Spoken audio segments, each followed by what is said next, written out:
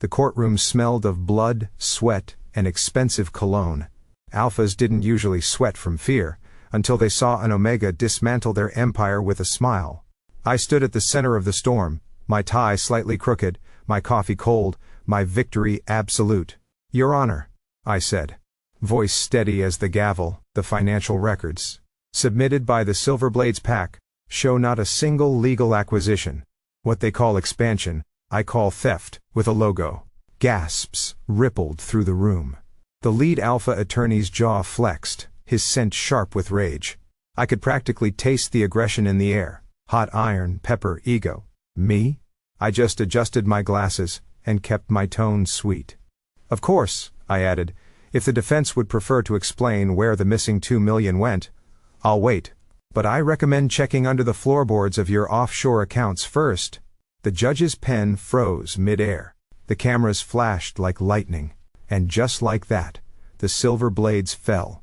I didn't howl in triumph. Omegas like me didn't howl. We signed verdicts, smiled for the press, and made predators choke on their arrogance. By the time I stepped out of the courthouse, the city was roaring. Reporters shouted my name. "Liam Stern, is it true you're suing the whole council next?" "Liam, what does this mean for interpack law?" And my favorite, "Are you not afraid of retaliation from alphas?" I gave them my best practice smirk. I'm a lawyer. I don't do fear. I bill it hourly. Laughter followed me down the marble steps. But underneath it, I could feel it. That ripple of hostility hidden beneath the crowd's excitement. The alphas I'd humiliated weren't going to forget this. And Omegas weren't supposed to win. Not like this. Not publicly. I pushed through the swarm and reached the plaza, where the skyscrapers of the city glinted like polished fangs. My reflection in the glass doors looked too calm for someone who'd just declared war on a pack that owned half the financial district. That's when I felt it. A prickle down my spine. A scent in the air, faint but undeniable. Smoke. Winter. Power. I turned. Across the street, leaning casually against a black car, stood a man watching me. No, studying me. His suit was unbuttoned, dark against the sun, his eyes colder than the steel around us. Our gazes met. And for a heartbeat, instinct flared, something primal, older than law or logic. I blinked it away, forced a half smile, and looked anywhere else. When I glanced back, he was gone. Maybe I imagined it, maybe not. Either way, I had a case to close, and a death threat or two to ignore. Back inside, as I packed my files, a voice brushed close to my ear. Male, smooth, too near. "You won a battle today, Mr. Stern," it murmured. "But the right of blood has never been repealed." I spun around. No one there. Only the echo of that phrase and the faint, electric burn under my skin, like invisible teeth had just grazed it. Right of blood. Ancient law. Obsolete. Supposedly, I exhaled, forcing a laugh to shake off the chill. "Sure," I muttered to the empty corridor. "And I suppose next someone's going to claim me by biting a contract. If only I'd known how close I was. They didn't arrest me. They bought me. And trust me, that's worse." The knock came at 7 a.m., sharp. I was still half asleep, coffee in hand, trying to remember why I dreamed of wolves pacing behind glass. "Delivery for Mr. Stern," the courier said, holding out a sleek black envelope sealed with a crimson insignia. No sender. No smile. Lawyers get plenty of ominous mail, but this one hummed. The moment I touched it, a spark licked across my palm. My instincts, those stupid buried Omega instincts, flared like I'd grabbed a live wire. Inside was a single document printed on thick parchment, embossed with old symbols and Latin phrases that made my legal brain itch. At the top, in looping script, "Transfer of custodianship under the right of blood." My name. My former pack's name. And a signature I'd never seen before. Conrad Vail. I skimmed, heart pounding. According to this, I'd been acquired by the Alpha of the Black Flame Pack. Not metaphorically. Legally. "This is a joke," I muttered, already dialing my assistant. "It has to be a..." My phone buzzed before she could pick up. A notification from the National Registry flashed across the screen. Status, bound by blood accord. Transfer complete. My vision swam. I dropped the phone, spilling coffee across the papers. The black liquid spread like inked blood over my name. By 10 a.m., I was standing in front of the Black Flame Tower, a monolith of dark glass cutting through the city skyline like a blade. Inside, the air smelled of polished stone, steel, and faint smoke. The receptionist smiled too politely. "Mr. Vail is expecting you." Of course he was. The elevator ride felt endless. My pulse synced with the hum of machinery. Anxious, rhythmic, defiant. When the doors opened, the world turned quiet. The office was cathedral-like. Minimalist. Expensive. A panoramic view of the city stretched behind a man in a black suit. Conrad Vail didn't look up immediately. He was signing something. Calm, deliberate. His presence filled the room like a storm about to break. Finally he spoke. "Mr. Stern, I assume you've read the document?" "I burned it." "Good." His lips curved, faint amusement flickering in his eyes. "That means you understand it." "I don't accept it," I snapped.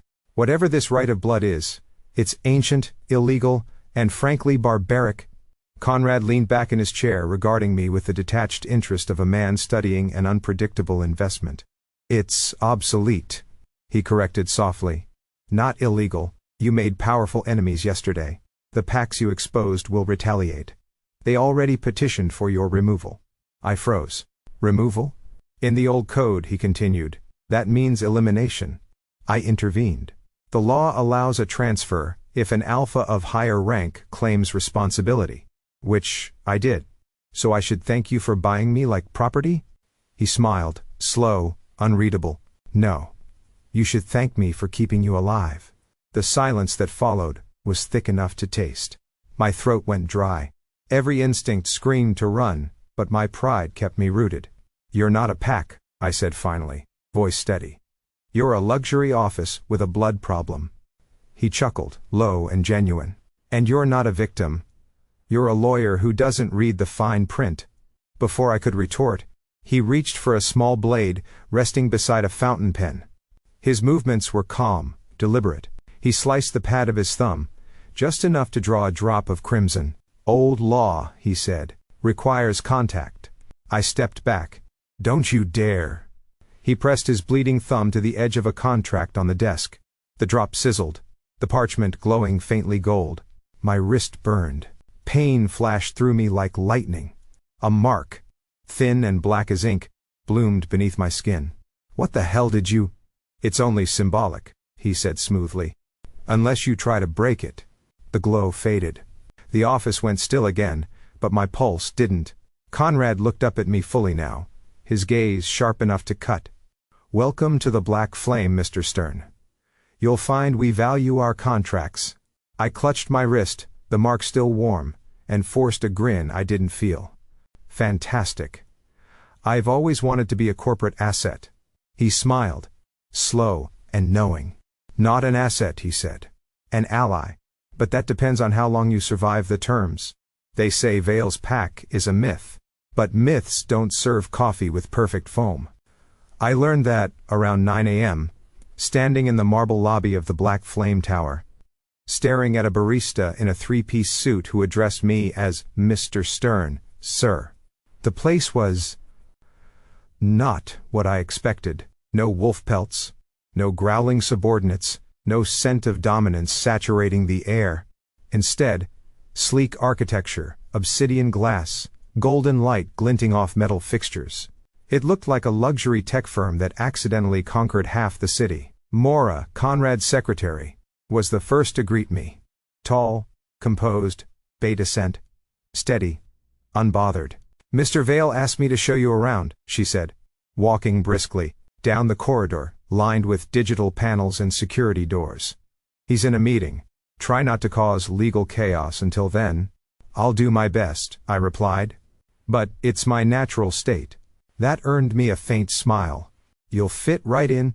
We passed open workspaces filled with quiet, focused people, alphas and betas working side by side, their energies humming like tuned wires. I expected posturing. Instead, There was balance, rhythm, something invisible pulsing through the air, threading them together. I slowed, frowning. The light around them shimmered faintly, gold and crimson tones flickering at the edge of sight. The scent of blood, faint, metallic, mixed with ozone. "What is that?" I asked quietly. Mora didn't pause. "Synchronization. Black Flame operates under an old link. Every member contributes a drop of blood to the core seal. Maintains harmony, reduces instinct clashes." I raised an eyebrow. "Sounds like a very fancy cult." "Sounds like a functioning system," she corrected. She led me into a glass-walled conference room overlooking the skyline. The city stretched beneath us like circuitry. Alive, dangerous, beautiful. Rowan entered soon after. If Mora was the tower's spine, Rowan was its shadow. A massive alpha with storm-gray eyes and a silence that filled the room faster than words could. He handed me a tablet. "For your access," he said simply. His voice was calm, deeper than thunder. When his fingers brushed mine, the faint spark on my wrist flared again. The mark Conrad had left. Rowan's gaze flicked to it, but he said nothing. "Does everyone here glow when they're stressed?" I asked. "Or is that a premium feature?" Mora snorted softly. "You'll get used to it." I wasn't sure I wanted to. When Conrad finally appeared, the air in the room shifted. It wasn't dramatic, just subtle, gravitational. Like everything that breathed, recognized its axis. He was dressed simply today. Dark shirt, sleeves rolled to his elbows. No tie. Somehow, that made it worse. "Mora, Rowan," he greeted, nodding. Then his gaze landed on me. "Mr. Stern." "Mr. Vail," I replied, keeping my tone neutral. "Your empire is surprisingly civilized." "Disappointed?" "A little. I expected chains and ritual howling." He smirked. "That's on Fridays." I hated that it made me laugh. He motioned to the panoramic window. "You're looking at one of the few packs that survived modernization without tearing itself apart. Business is instinct, if you know how to channel it." I studied the city, the pulsing gold beneath the glass, and the people moving with mechanical precision. "You've turned instinct into economics. Into structure," he corrected. "Power without control is noise." He said it so matter-of-factly that I almost forgot this was the same man who had bought me yesterday. Almost. When he stepped closer, I felt it again. That pull. Not scent, not dominance, but gravity. My heartbeat faltered for a second. His energy brushed mine like heat on bare skin. The mark on my wrist warmed. "Don't," I muttered. His brow lifted. "Don't what?" "Whatever that is." He tilted his head. "I'm standing still." "Exactly." Mora's discreet cough saved me. "Gentlemen, the noon briefing is in 20 minutes. Conrad's smirk returned. "Thank you, Mora. Mr. Stern? You'll join me. You'll find the view instructive." As we exited the room, I couldn't help one last glance around. The silent coordination. The faint golden glow between people. The way even tension felt choreographed. I said it before I could stop myself. "You've built a cult." Conrad didn't even look back. "No," he said. "Architecture. Cults are harder to manage." It was close to midnight when I found the file. The office lights had dimmed to an amber glow, and the city pulsed below like a sleeping animal. Conrad had long since left, or so I thought. The archive room was silent, except for the rustle of paper and the soft hum of the servers. I had been combing through the company's financial records, partly out of curiosity, partly because I didn't trust anyone who could purchase a human being with a signature and a drop of blood. The folder was labeled in gray ink, "Acquisitions, Internal Transfers." I skimmed. Codes, cross-pack transactions. My name. Not once, but 3 times. Each entry connected to another deal. Land, shares, assets. My transfer wasn't an isolated act of protection. It was part of a strategic expansion. I wasn't a rescue. I was a chess move. The temperature in the room seemed to drop. Looking for a loophole? I turned. Conrad stood in the doorway, jacket off, shirt sleeves rolled up. His hair was slightly disheveled, the controlled perfection from the day gone soft around the edges. Do you record every conversation, I said? Or just the ones where you accidentally confess to human trafficking? He crossed the room with slow, unhurried steps. If I wanted to own you, Liam, I'd have done it through your debt, not your name. Oh, great. Because legal slavery with a finance clause sounds so much better. His eyes flickered. Something between exhaustion and amusement. You think too small. The council's been consolidating PACs for a decade. You broke one of their main feeders yesterday. They want your head. I can't fight them and protect you unless you're under my claim. So you just decided to claim me? My voice rose. Without asking? Without even pretending I had a choice? Choice? He exhaled slowly. You chose when you stood in court against them. That's when the board lit up. Every alpha in the city saw an omega who could destroy them with a paragraph. They either wanted to bury you, or bind you. I'm simply faster. You're unbelievable, I said. You talk like this is a strategy session, not my life. Everything is strategy, he replied, quiet now. But you're not a pawn, Liam. You're a piece that moves differently. And that terrifies them. His tone shifted. Not cold this time, but tired. There was weight behind his calm. The kind that comes from holding too much power for too long. For a moment, I saw it. The cracks under the composure. The man, not the myth. He stopped beside the desk and extended a hand. You don't have to trust me. Just don't make this harder than it already is. I stared at that hand. Steady, strong, and far too close. The mark on my wrist pulsed. Warm, almost alive. The air between us thickened, humming faintly like blood remembering its source. No, I said softly. I don't shake hands with people who turn laws into cages. His mouth curved. Not in offense, but in something like respect. Then learn to pick the lock. We stood in silence, two predators in different skins, both pretending not to bleed. The light flickered. Somewhere beneath my skin, the mark burned again. Once, hard enough to make me flinch. He noticed. It reacts to emotion, he murmured. Blood remembers. Then tell it to forget me, I snapped. I can't, he said simply. You're already written into the system. And when he left, I realized the truth was worse than the contract itself. Because for one dangerous heartbeat, I didn't want it to be undone. By the time I reached Conrad's estate, the city lights had faded into mist. The mansion wasn't what I expected from an alpha who owned half the skyline. It was quiet. Old stone and warm wood, tucked into the edge of the forest, like it had grown there by choice. Inside, the air smelled of cedar, citrus, and faint traces of magic, like the scent of lightning after rain. Rowan opened the door before I could knock. You're late, he said flatly. I was deciding whether I'm walking into dinner or detention, I replied. Both, he said, stepping aside. We're adaptable. He led me into a spacious living room, where the fire painted the walls in gold. A few pack members sat scattered on the couches, talking quietly. No posturing. No dominance games. Just life. That's when I noticed her. Curled up on the armchair, laptop balanced on her knees, pink hoodie far too big for her slight frame. Hi, she chirped. You must be the lawyer/troublemaker. I prefer justice enthusiast, I said. She grinned.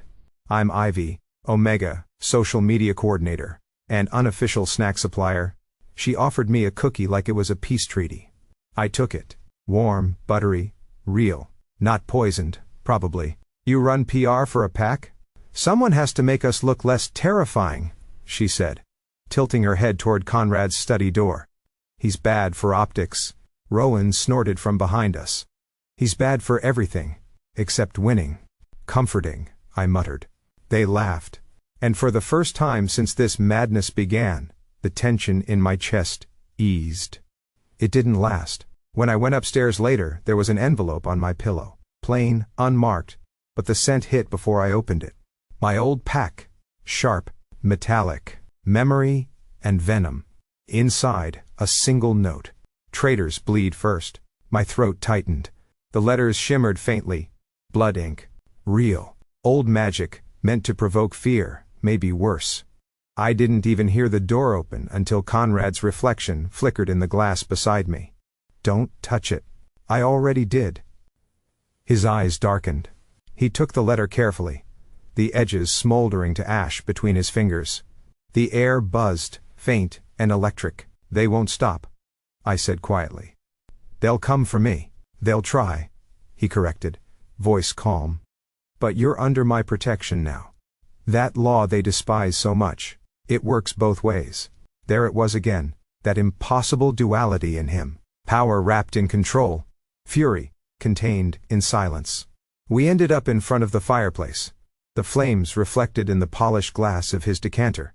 I didn't buy you, he said finally, staring into the fire. I saved you. There's a difference. Sure, I said, sinking into the armchair opposite him.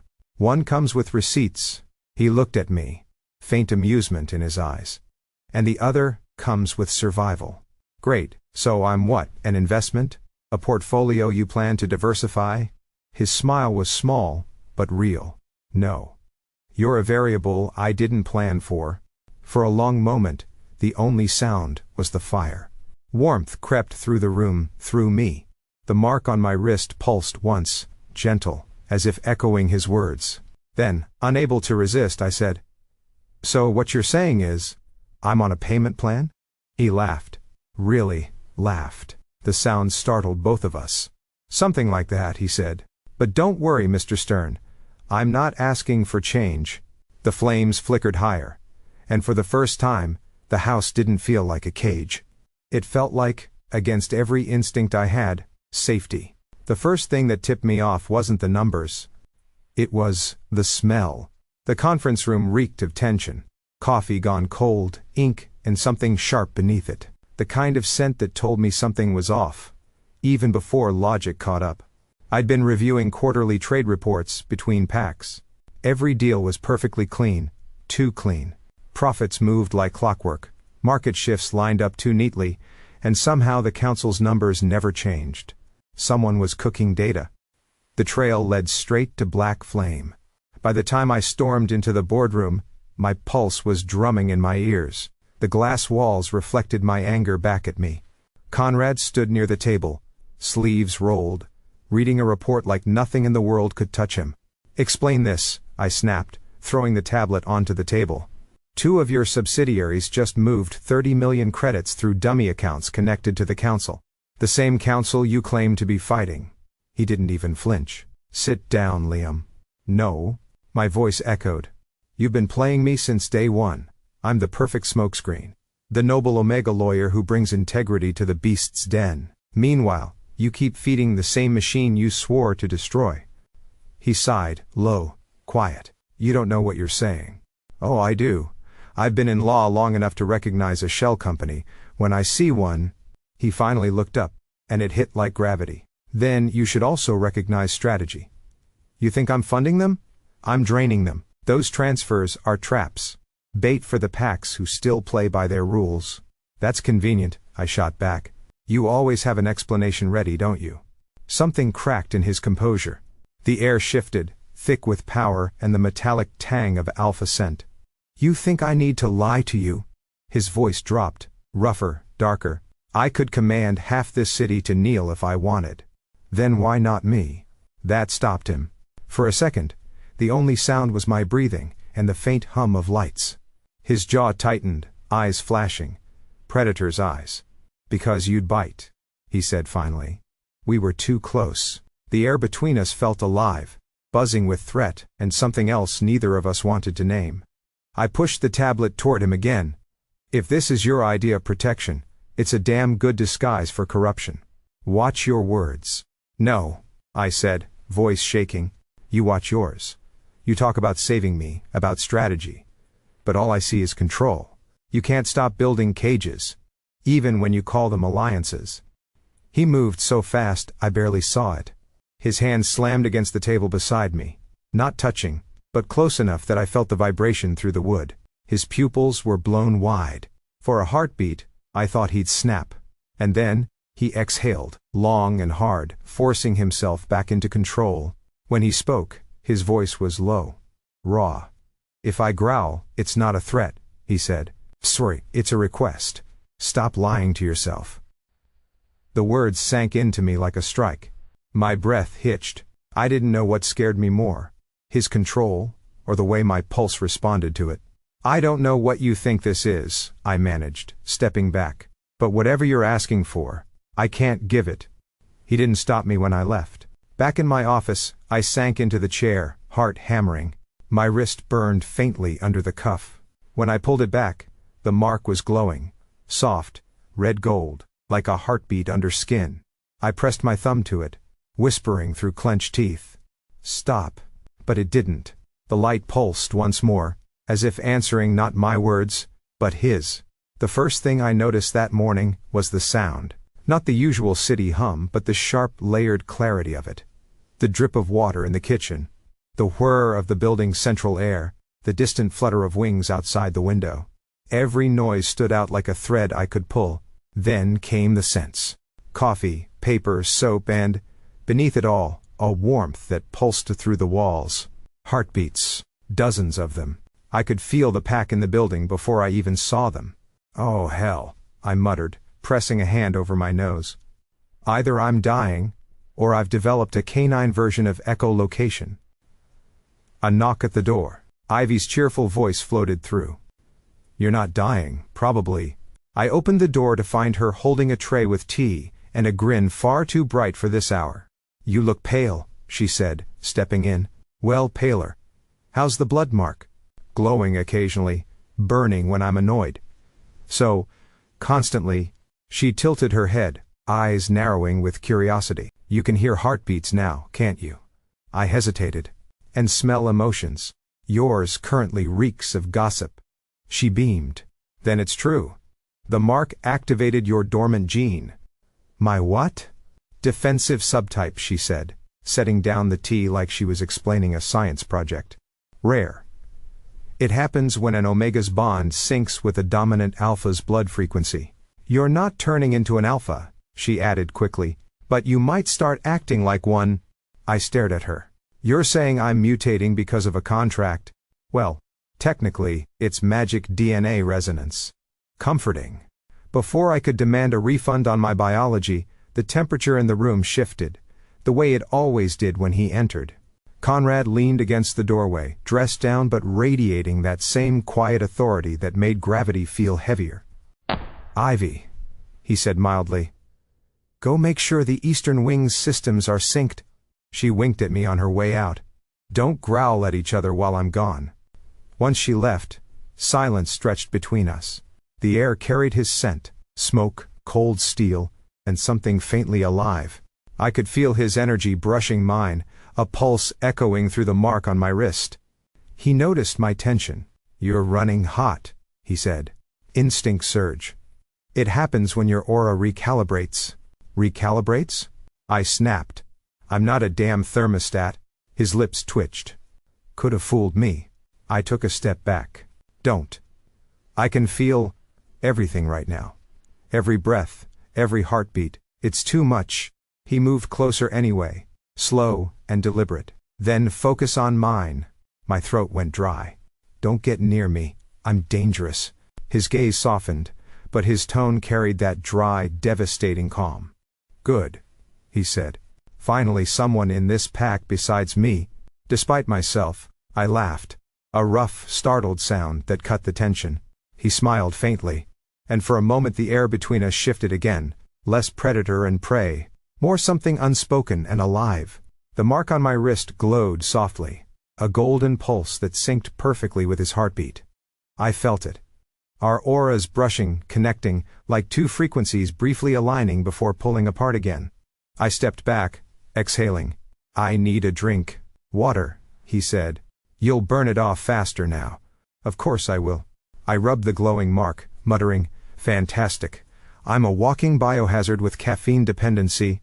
Conrad's laugh, quiet, low, followed me as I reached for the tea. And for the first time, I didn't flinch from the sound. The council hall was built to intimidate. White marble walls, carved wolf sigils, gold inlaid with authority and hypocrisy. The air smelled of dominance and incense, sharp enough to sting the back of my throat. 12 alphas sat in a semicircle, each representing a major pack. Every one of them watched us the way predators watch a rival, calculating whether to kill or cooperate. Conrad walked beside me, calm and unreadable. He didn't wear his usual armor of control. No tie, no pretense, just quiet certainty. I almost hated him for how steady he looked. I, on the other hand, was very aware of the fact that every scent in the room was tuned to me. The council didn't like anomalies. And Omega standing in front of them, unbound and unbowed, was more than a provocation.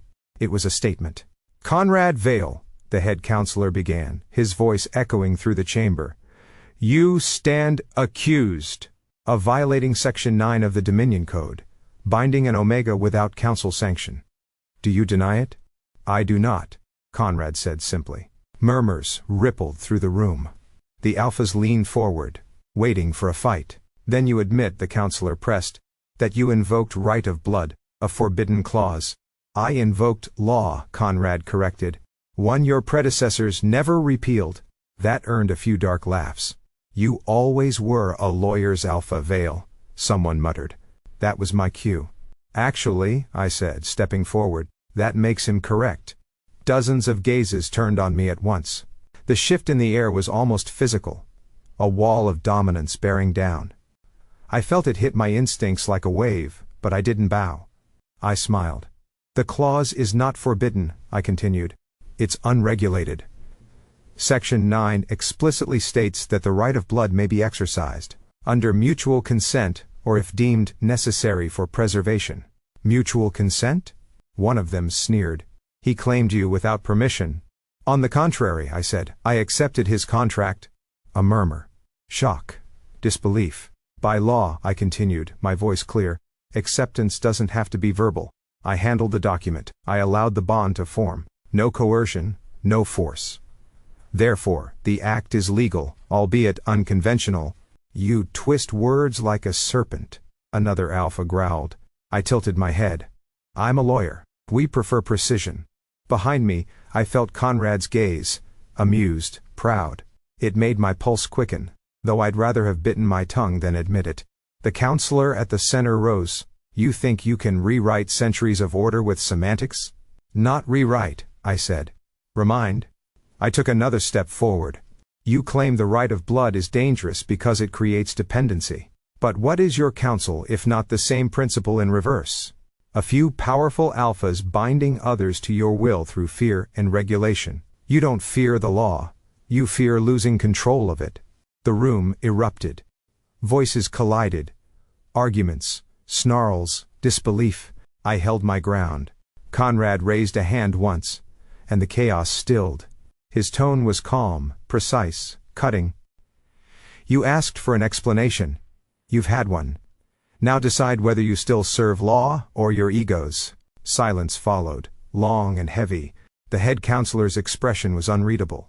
Finally, he said, "You think you found a loophole. You think your bond is a shield, but every shield can break." He looked directly at me then, eyes gleaming with cold promise. "Your connection, Mr. Stern, will be the beginning of the end." Conrad's voice was quiet, but sharp enough to draw blood. "Then let's make sure it's the right kind of end." We turned to leave. As the heavy doors closed behind us, I caught my reflection in the mirrored marble floor, my posture straight, my eyes steady. For once, I didn't look like prey walking beside a predator. We looked like equals. And from the smirk tugging at Conrad's mouth, I knew he'd noticed it too. The storm had been building all night. Thunder rolled beyond the windows, the sky streaked with white fire. Inside the library, the only light came from the desk lamp and the soft gold flicker of the fireplace. I'd been there for hours, barefoot, sleeves rolled up, surrounded by ancient ledgers and scrolls that smelled of dust and iron. The air hummed faintly with magic.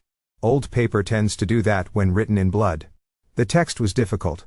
Archaic syntax, runes layered with legal phrasing. But I'd cracked harder cases. Still, this one felt personal. The more I read, the clearer it became. The right of blood wasn't created for dominance. It was meant for protection. I whispered the translation aloud, my voice echoing softly in the quiet. The bond shall shield the lesser from the greater's wrath, one life bound, one life guarded. Not slavery. Sanctuary. I sat back, staring at the words, letting the meaning sink in. How many centuries had twisted this into a weapon? How many omegas had been branded instead of protected? A quiet voice came from behind me. You found it. Conrad stood in the doorway, half in shadow. His tie was gone, his shirt open at the throat. He looked like he hadn't slept, but his eyes, those calm, unshakable eyes, were fixed on me. I wasn't hiding it, I said. Just reading between the lines. He moved closer, silent until he reached the desk. He glanced over the parchment, tracing one of the runes with his finger. The council rewrote this version 2 centuries ago, he said. They stripped out the vow of mutual protection, made it one-sided. So they took a law meant to defend people like me, I murmured, and turned it into one that justifies owning us. He didn't deny it. He didn't look away either. Lightning flashed across his face, carving edges of gold into the dark. I knew you'd see it, he said quietly. You don't break things, Liam. You restore them. I blinked, thrown off. That's not what you said last week, when I accused you of financial crimes. He almost smiled. You were wrong about that. But not about me. Silence stretched again, comfortable this time. The storm outside filled it, distant and alive. I used to think the system was rotten beyond repair, he said after a moment. That all we could do was rebuild on the ashes. But you... He stopped, searching for words. You're proof that maybe it was worth something once. I didn't know what to do with that kind of sincerity. It was easier when we were arguing, when sarcasm could hide the cracks. But now, sitting in the half-light, with the world humming quietly between us, it felt like something shifted. Not attraction, though the air was heavy with it, but understanding, a rare, fragile thing. You're not just tearing down the old world, Conrad said finally. You're reminding it why it existed in the first place. I met his gaze. You make it sound noble. I'm just angry enough to read the fine print. That's what makes it noble. For a while, we said nothing. The rain softened. The fire settled into steady embers. When I finally stood to leave, he didn't stop me, but his voice followed, low and certain. Whatever happens next, you're not the lesser, not anymore. I didn't turn around, just smiled faintly to myself, the words warm as the firelight behind me. For once, I believed him. It started with the smell of smoke, not the faint, civilized kind that came from fireplaces or candles. This was raw and wrong. Burning steel, fur, and ozone. The kind of scent that made instincts scream. By the time the alarms blared, the black flame tower had already become a battlefield. I burst out of my office to find chaos swallowing the corridors, walls cracked, glass shattered, red emergency lights pulsing like a heartbeat. The hum of the pack's energy, usually steady, golden, harmonic, had fractured into panic. 3 rival packs, coordinated, ruthless. They'd breached the building's wards. Get everyone out. I yelled to Roan, who was dragging an injured Beta toward the elevators. They're jamming exits, he barked. Council tech. Of course they were. The council always played clean, until they didn't. A tremor rippled through the building as another explosion hit 2 floors below. I could feel the pulse of every heartbeat in the tower. Fast, terrified, colliding with my own. And then I felt his. Conrad. His aura flared, sharp and cold, before dimming, flickering like a flame fighting wind. I ran. Instinct took over where logic failed. The world narrowed to scent and sound. The smell of blood, the thud of footsteps, the metallic tang of power in the air. When I reached the main hall, it was already a war zone. Smoke curled between shattered columns. The pack fought in their true forms, wolves of shadow and light, moving like ghosts. At the center, Conrad stood alone, blood streaking his temple, holding a line, against 3 alphas whose combined power made the air itself vibrate. Conrad! He turned, just enough for me to see the wound along his ribs, the dark stain spreading. His eyes met mine, sharp even through the pain. Stay back, he roared, voice carrying the weight of command. Not happening. One of the enemy alphas lunged for him. I didn't think. I just moved. The mark on my wrist burned, then ignited. The pain wasn't pain, it was awakening. Golden light shot through my veins, symbols flaring across my skin like living runes. I could feel the pull. Every member of Black Flame connected to me in that moment. Their panic, their fear, their strength, it all converged. Rite of blood. Not a bond, a circuit. I raised my hand, and the mark pulsed, sending a wave of crimson light through the hall. It rippled outward, connecting one heartbeat to another, threading them together like veins in a single body. The attackers staggered back, snarling as the air solidified into a shimmering barrier, red and gold, alive with power. The wolves of Black Flame surged behind it, their movements synchronized, unstoppable. The tide turned. I barely registered the noise, the shouts, the growls, the clash of claws on stone. I just felt it. The unity, the pulse of the pack. Every one of them bound, not by subjugation, but protection. By the time it ended, the hall was a ruin. Fire licked the edges of the walls. Ash drifted through the air like snow. And in the center of it all, Conrad was on one knee, breathing hard but alive. I knelt beside him. The mark on my wrist was fading, its glow dying into faint warmth. He looked up at me, eyes tired but steady. You saved them. I shook my head. You gave me the right to. For a long moment, neither of us spoke. The fire hissed softly. Outside, sirens wailed. Then Conrad managed a quiet laugh, strained but real. Remind me never to underestimate you again. You already did, I said. Twice. He chuckled, wincing at the pain. Then maybe I deserve this. We sat there in the ruin, the smoke curling around us like a living thing. For the first time I understood what the name meant, Black Flame. It wasn't destruction. It was endurance. Fire that burned not to consume, but to protect. And somehow, I knew the mark between us hadn't dimmed. It was only waiting. The council hall felt different this time. Last time, the air had been thick with judgment. Now it hummed with unease. The marble floor still gleamed, the golden sigils still glowed faintly. But something in the room had shifted, like the world itself was holding its breath. Conrad walked beside me, his stride steady despite the faint scar at his temple. The attack on the tower had left half the city whispering, and the other half terrified. The council wanted answers. We came to give them a new law instead. As we stepped into the circle, the 12 alphas fell silent. The head counselor's voice echoed coldly through the hall. Vail stern. The pack's demand to know, what have you done? Conrad's answer was calm, almost gentle. Something necessary. Something overdue. He nodded to me. The floor's golden light shifted under my shoes as I stepped forward, feeling the weight of 1,000 years of corrupted tradition pressing down. The rite of blood, I began, my voice carrying farther than I expected, was never meant to enslave. It was meant to protect. The records we found prove that the original pact was built on equality. Mutual guardianship. Both sides willingly bound. Both sides shielded. The murmurs started instantly. I let them build, then cut through the noise. What Conrad and I propose, I said, is a reform. A new clause. The right of accord. A bond entered by choice, upheld by respect, strengthened by consent. No alpha can claim without invitation, and no omega can be bound without will. Blasphemy, one counselor hissed. You weaken our hierarchy. No, I said, meeting his gaze.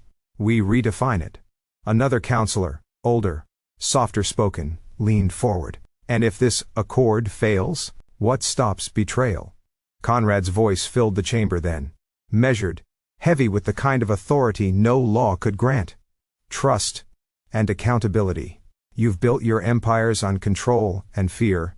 They break the moment one side stops obeying. This, he gestured to me, is built on choice. And choice endures. The argument went on, debate, outrage, disbelief. But the tide had already turned. They couldn't unsee what happened at the tower. They couldn't ignore the power that had protected every member of Black Flame without a single command. When the head counselor finally stood again, his voice carried the bitterness of a man outvoted by history. So be it. The right of accord will be reviewed and ratified under supervision. His eyes cut toward me. But if this fails, the blood is on your hands. Then I'll bear it, I said. That's what choice means. The gavel struck once, final and echoing. The council dissolved into whispers. Conrad and I stepped out into the open corridor, the sound of the city below faint and distant. For a long moment, we said nothing. Then he looked at me, that rare, unguarded softness in his expression. You realize what you've done? You rewrote the law that built our world.